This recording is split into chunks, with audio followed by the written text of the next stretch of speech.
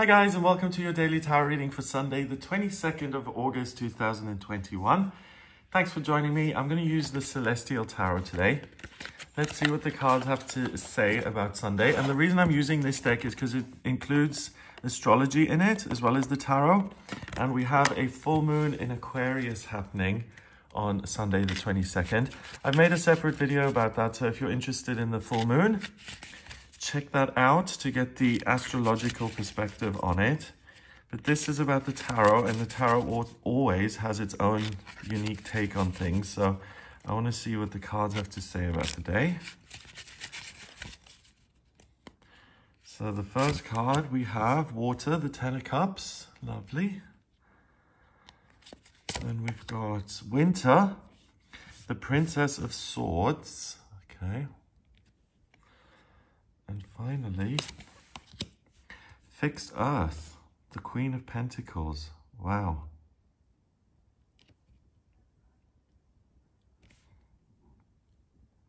So thinking about your hopes and dreams and trying to figure out how you're going to realize those serves you incredibly well, because you're able to see the action steps that you need to take to create something solid and concrete and good and positive in your own life, for yourself and for other people.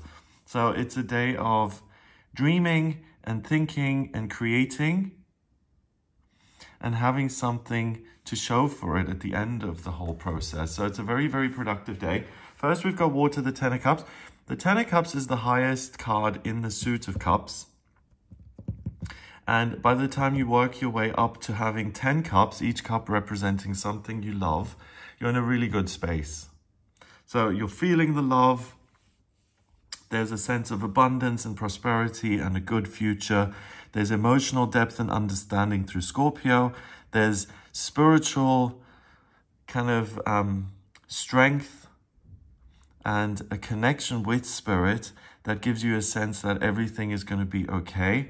And then you have the emotional fortitude to take care of other people and other people's needs if they can't do it for themselves. And you feel like you're in such a good place that you have a huge abundance of love and energy and support that you can give to other people. And that puts you in a very good position of being able to support and to help and to nurture.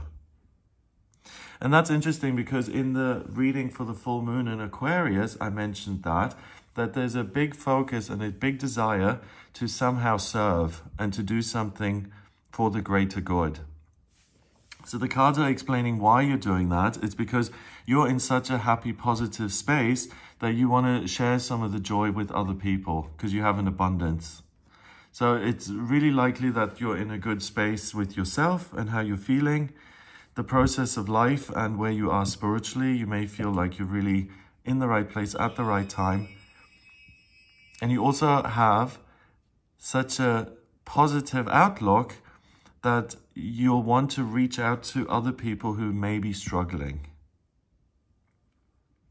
Now, this could set you up and put you in a precarious situation, because when you feel you have such an abundance and you just want to give it away freely to everyone and everything, then there's the chance that you may deplete your own energy or your own sense of abundance once you've given it all away. But the Princess of Swords really prevents that from happening. So she prevents you from going overboard and becoming codependent or completely just selfless, where you're harming yourself, so you take it to an unhealthy extreme. Because the Princess of Swords, she's in winter here, so she has to make tough decisions when times are tough, when there aren't any apples on the trees and when the winds are blowing and the crows are kind of sorting through the grass looking for food.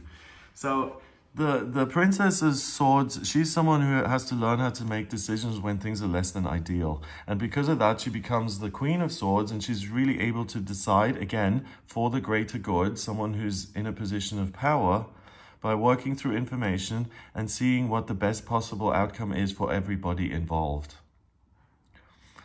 So the Princess of Swords still allows you to help and to be of service to other people, but she reminds you that every sword has two edges to it, and that if you completely give everything that you've got away to other people, then you're going to be left without.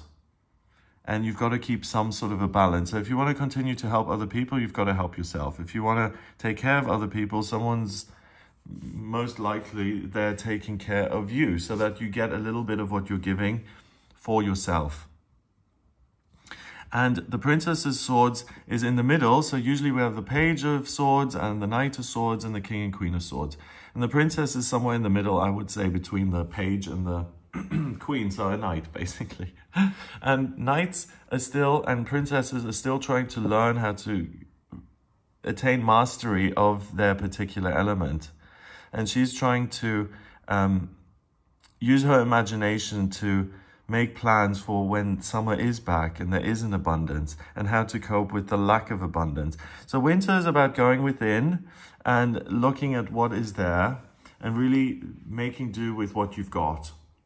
And today you've got such an abundance that you're reminded that that is not always the case, and to exercise a little bit of caution and to not be completely exuberant and giving everything away, but to realize that you're on a journey too, and you can help others, but you've got to help yourself as well.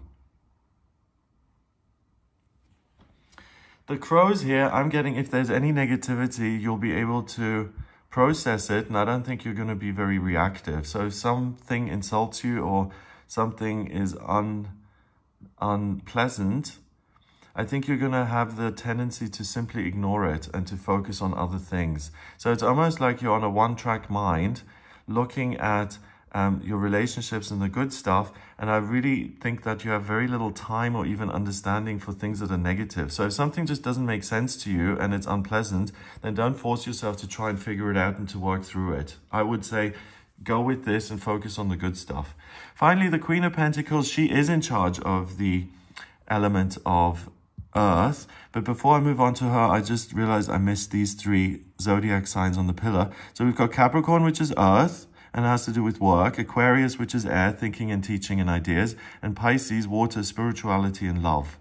And we've got the crows sitting on top of all of these. And it's about working, being open and humanitarian and spiritual and loving despite what's going on. So the real resilience you have on this day is your ability to take stock of where you are, that you do know certain things that are important, and that if you share those, that is a gift for everyone. But you're also aware that you don't know every single thing, so that you're on a journey yourself. So you're willing to give and to teach, but also to learn and to study and to grow on your own. So it really benefits everybody. By helping other people, you help yourself. And then the Queen of Pentacles, the good thing about her is that she's able to take her ideas and to translate them into something tangible on planet Earth. So Taurus is taking control of your environment and your circumstances in your body to make it more beautiful and sensual and enjoyable. Venus is the planet of love and beauty and creativity. And then Taurus, the second sign of the zodiac, is about earth and money and control and being stubborn and maintaining what is, fixing it. So this translates into lots and lots of things. First, because you're so imaginative and willing to help and you're able to use your ideas. Any creative type of person is going to be able to create something really emotional in nature and something really deep and meaningful. An artwork, a piece of writing, a short story. Second of all, you'll have this desire to help and nurture other people. You'll figure out how to do that in a practical way. So I want to be of service by cooking a meal for others, or by counseling someone who needs my help and support, or by redesigning the home and making it more comfortable for other people. Or I will want to identify what the problem is, see what look at the solution. So I have been unhappy for 2 years. There may be something wrong. If I go see a therapist or a counselor, I can work through these issues and get back to a place of love. It can also be a strong spiritual message that teaches you something and allows you to take practical action. So it's almost like channeled information. I'm hearing this message from my higher self. It means A, B, and C, and therefore I'm going to write A, B, and C on a piece of paper and do something with it. So we have an abundance of spiritual energy which is filtered through your willingness to think and to learn and to teach and to be taught. And it has a practical outlet. So whatever you're engaging with, if it has some sort of tangible process, engage with that, because you're very prolific and productive and you are using all this energy. So you might as well have something to show for it at the end of the day. So ask yourself, if you're going to be of service to other people, see if there's some way to have a product or an end result at the end of the day. And the things which are most practical and most measurable, if you have a choice, focus on those, because that's what you're going to have the greatest sense of pride about. You'll feel like you've done something for others, so it'll tick that box, and you'll grow for yourself because you're supporting yourself through this whole process. So it's, how can I be consistent and loving even when things aren't being handed to me on a silver platter, and when I ask myself, what am I giving and contributing? So you're a really useful player here. You're a very good person to have around on this day, because you're coming up with a lot of good, valuable info and activities you're working on towards, or you're working with. Yeah. Number-wise, we've got 10, and 1 is 11, and another 1 is 12. 1 and 2 is 3 in numerology, and 3 is about communication and thinking and new beginnings. So your abstract ideas, your spiritual awareness, your thoughts, what you feel internally, by expressing that and giving it some sort of tangible life, some sort of presence on planet Earth, you'll really be able to capture this power on this day, help others and help yourself in the process. So have an amazing day. If you would like a personal reading with me, please get in touch via my website. It's gregoryscott.com. On the front page, click on book your reading to order your reading with me. If you like this video, then please give it a thumbs up, hit subscribe and share the video online. Have an amazing Sunday, and I'll speak to you tomorrow.